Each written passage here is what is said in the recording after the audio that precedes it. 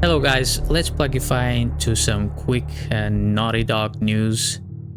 In the aftermath of PlayStation Showcase 2023, when fans have mixed reactions about the showcase and missing announcements from PlayStation first-party studios, Naughty Dog is doing corporate modern gaming worst move. They're putting out an image of an apology statement. In the studio is announcing the internal delay of The Last of Us factions, and to soften the blow to the fans, they're also announcing the work on a new single-player experience. The strange and surprising statement is a move to get ahead of Jason Schreier Bloomberg report on recent PlayStation Studios restructures. One of the most interesting reports of the article is that Sony is slowing down the development of The Last of Us factions to reassess quality and long-term viability of the title. Many developers are already being reassigned to other projects, with only a small group of people still attached to The Last of Us factions. The project is not cancelled, but the fact that people are getting moved to a different project is concerning. The move by Sony reportedly comes after the company asked their newly acquired Bungie to review The Last of Us factions.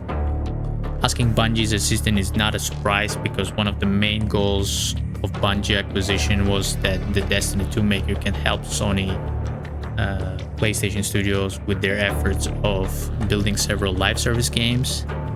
So after playtesting the game, Bungie raised concerns about title's ability to keep players engaged for a long period of time.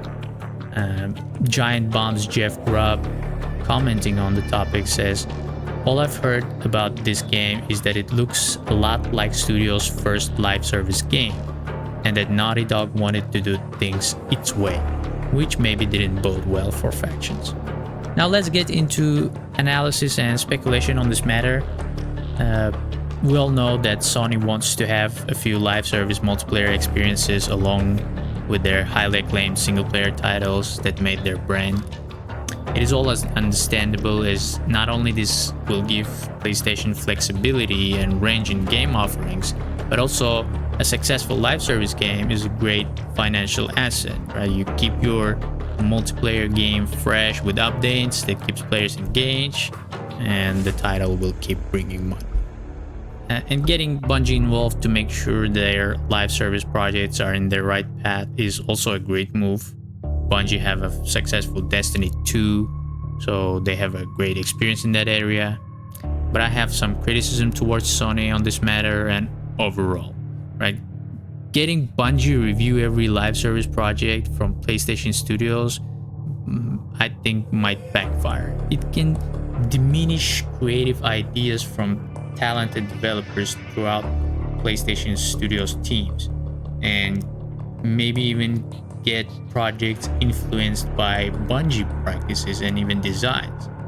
I believe Sony is spending more resources on live service games than they should.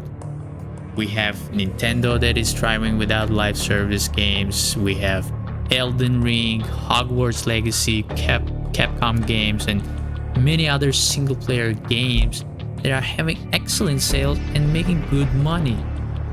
Sony seems different these recent years. They are chasing blockbuster hits, they are seeking graphics, third-person adventures, family drama story games. This makes their games similar to each other and making Sony afraid to take risks. Overall, Sony's direction is either unknown or concerning at all, and the showcase didn't do any good for those concerns.